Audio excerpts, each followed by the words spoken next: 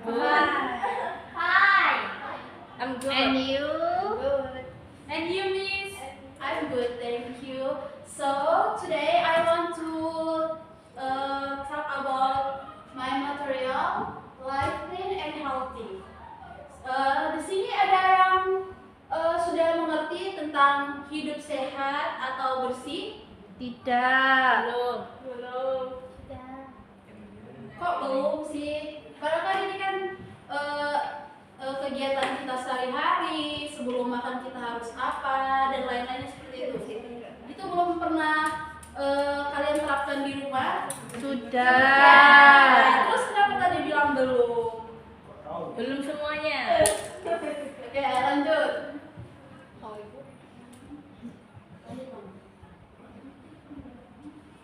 Nah, di sini ada clean and healthy living is before that keeps oneself and the environment clean so the body remains healthy.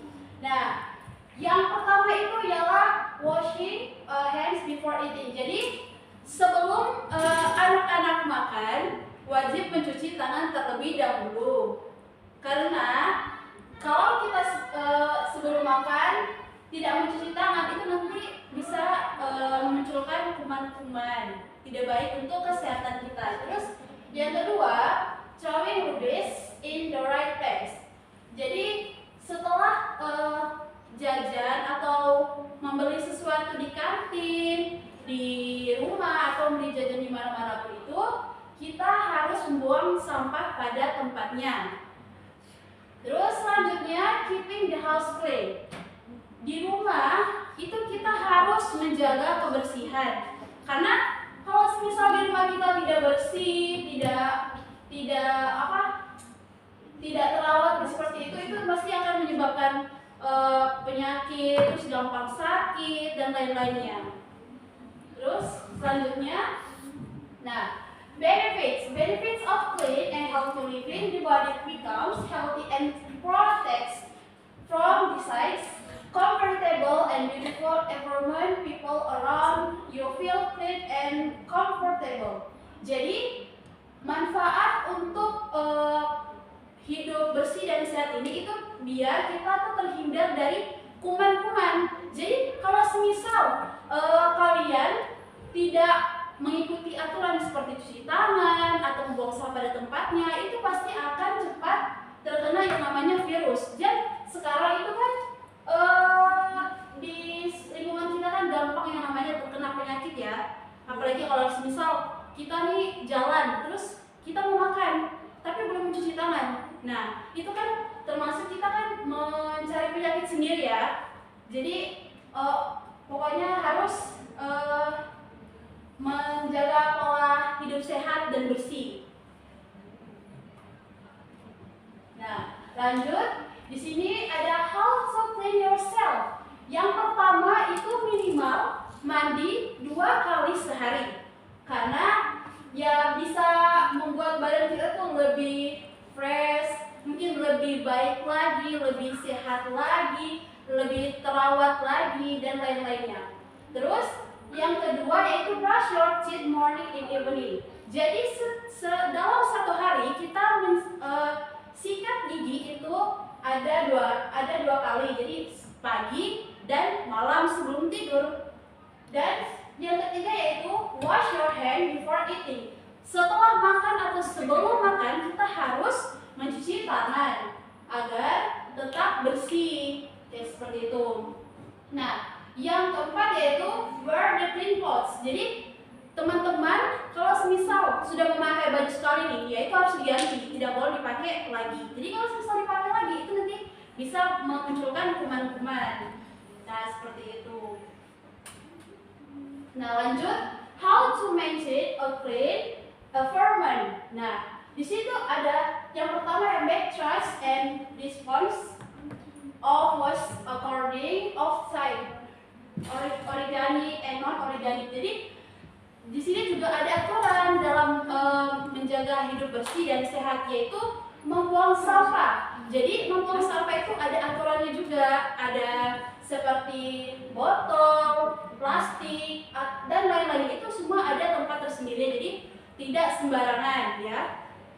Nah lanjut, sweeping and cleaning the home or schoolyard. Jadi mau di sekolah ataupun di rumah kita wajib membersihkan lingkungan. Jadi biar terlihat bersih, terus kita juga melakukan kegiatan apapun itu lebih semangat lagi dan lebih ceria lagi ya seperti itu, karena hawanya kan sejuk, terus bersih dan nyaman gitu-gitu.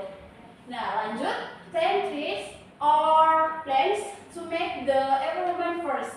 Jadi di rumah ataupun di sekolah itu kita bisa kayak seperti misal kita mengadakan bersih-bersih. Nah itu kita bisa setelah itu kita menanam pohon mungkin biar lebih cantik, lebih menarik dan lain-lain seperti itu, biar di sekolah itu tidak terlalu biasanya kalau di sekolah-sekolah itu bilang biar cantik guru gitu, biar cantik, biar terlihat bagus gitu. Indah. Ya indah.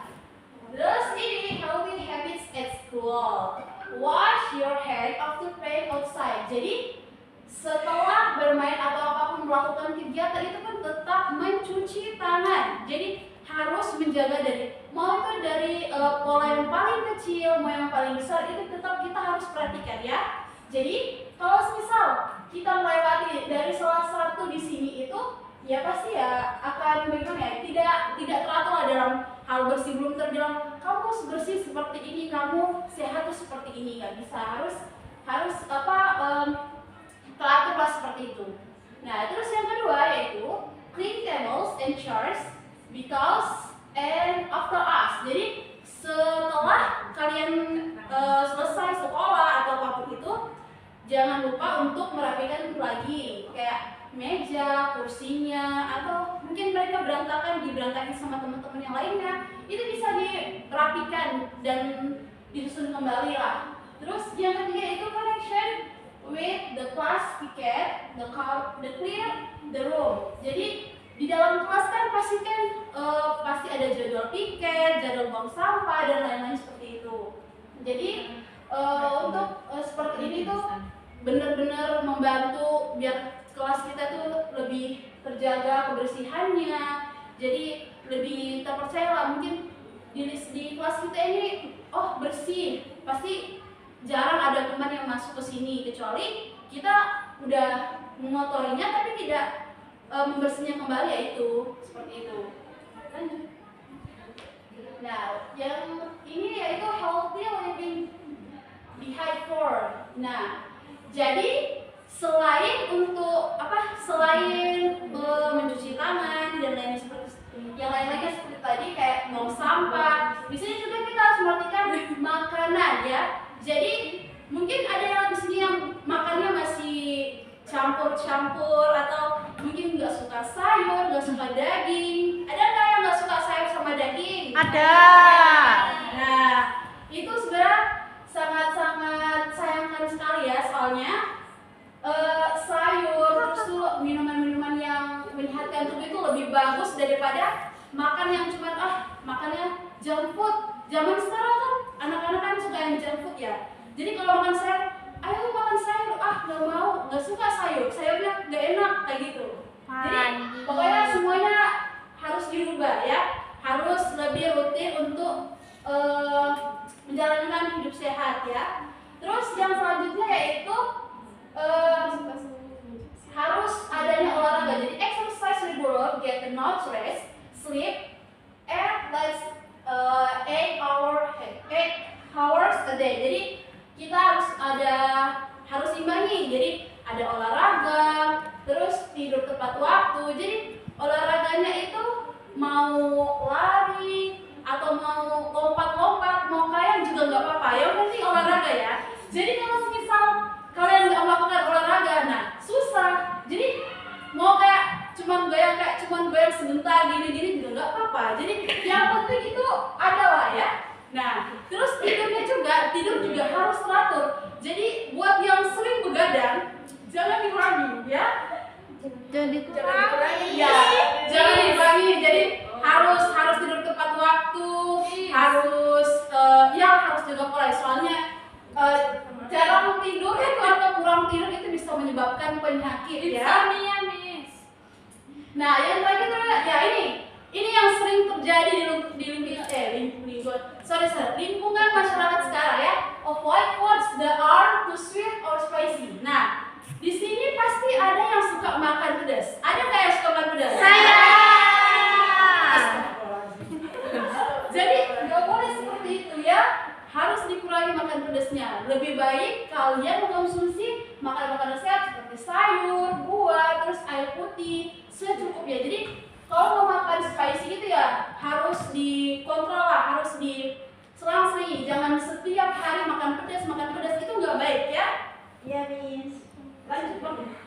Oke, ini conclusionnya itu clean and healthy living must start from yourself. If we live clean, the environment will be comfortable and will be avoid disease. Jadi kesimpulan dari ini tuh kita harus hidup sehat. Jadi biar lebih apa bahasa Indonesianya itu biar lebih Sehat lagi, terhindar dari kuman-kuman yang jahat. Hampas buang aja ya. Jadi harus dibuang sampah-sampahnya itu ya. Jadi semuanya harus rajin mengkonsumsi makanan sehat, tidur tepat waktu, terus rajin cuci tangan, pulang sekolah cuci tangan, sebelum berangkat sekolah cuci tangan. Jadi harus menjaga kebersihannya aja, karena kebersihan itu daripada iman. Masya Allah. Ya, bagus. Nah, jadi itulah tadi dari materi dari Cikgu. Jadi belajar hidup bersih dan sehat. Ada yang bertanya? Tidak. Iya, boleh. Itu gimana caranya ngasih tahu teman-teman membuang sampah ke tempatnya dan bukan buang sampah sembarangan. Kalungnya dengan Wah, pintar sekali, terima kasih. Namanya siapa? Oh, Masya Allah. Oke, bagaimana caranya memberitahu teman untuk membuang sampah pada tempatnya? Jadi nggak sembarangan gitu, harus teratur. Nah, jadi kan membuang sampah itu kan sudah ada tempat sampahnya masing-masing kan. Pasti kan ada bentuk tulisannya. Kalau misal mereka tidak mengerti tulisannya kayak berbentuk bahasa Inggris kayak tulisan itu, Bu, tulisannya itu pakai bahasa Inggris saya nggak ngerti. Kan ada fotonya, ya kan? Nggak mungkin mereka nggak punya mata, ya kan? Jadi harus bisa melihat. Jadi lebih teliti. Jadi kalau semisal kayak bilang itu buang sampahnya salah. Nah, itu sebenarnya tidak boleh. Jadi kalau semisal dia sudah tahu tapi dia tuh mengabaikan, itu jangan ditiru ya, tidak baik. Ya? Baik, Miss. Ada lagi yang bertanya? Tidak. Boleh? Miss, gimana cara mengatasi ketika anak-anak tidak suka sayur? Bagus tanya. Lebih suka ke kayak makanan tidak sehat, tetapi tidak punya sesuai gitu-gitu. Gak menyukai sayur, gak menyukai buah. Itu kan bisa menyebabkan penyakit, Miss. Nah, ini Sudah juga. tahu? Iya. Bagaimana mengatasi buat orang-orang yang tidak suka makan sayur tapi dia suka makan pedas tapi di sebelahnya itu ada sayurnya? Enggak ada. Ada sayurnya dong. Iya. Pasti kan memilih ya kan? Nah, jadi mengatasi. Singkirin sayurnya. Oh, disingkirin. Oh, jadi seperti ini teman-teman. Jadi kita yang benar-benar nggak suka sayur, kita bisa memulai untuk makan sayur itu dari jus sayur, ya kan? Pasti ada kan? Tidak suka. Pahit. Ya, memang awalnya pahit, tapi kan bisa ditambah dengan Gula, madu. Nah, dan biar itu pahitnya nggak terasa gitu ya, seger gitu ya. Terus nanti semisal kayak, Bu, dia nggak suka makan sayur, dia nggak suka makan ini. Nah, itu nggak apa-apa, bisa diatasi, nggak apa-apa. Zaman sekarang sudah semakin canggih ya.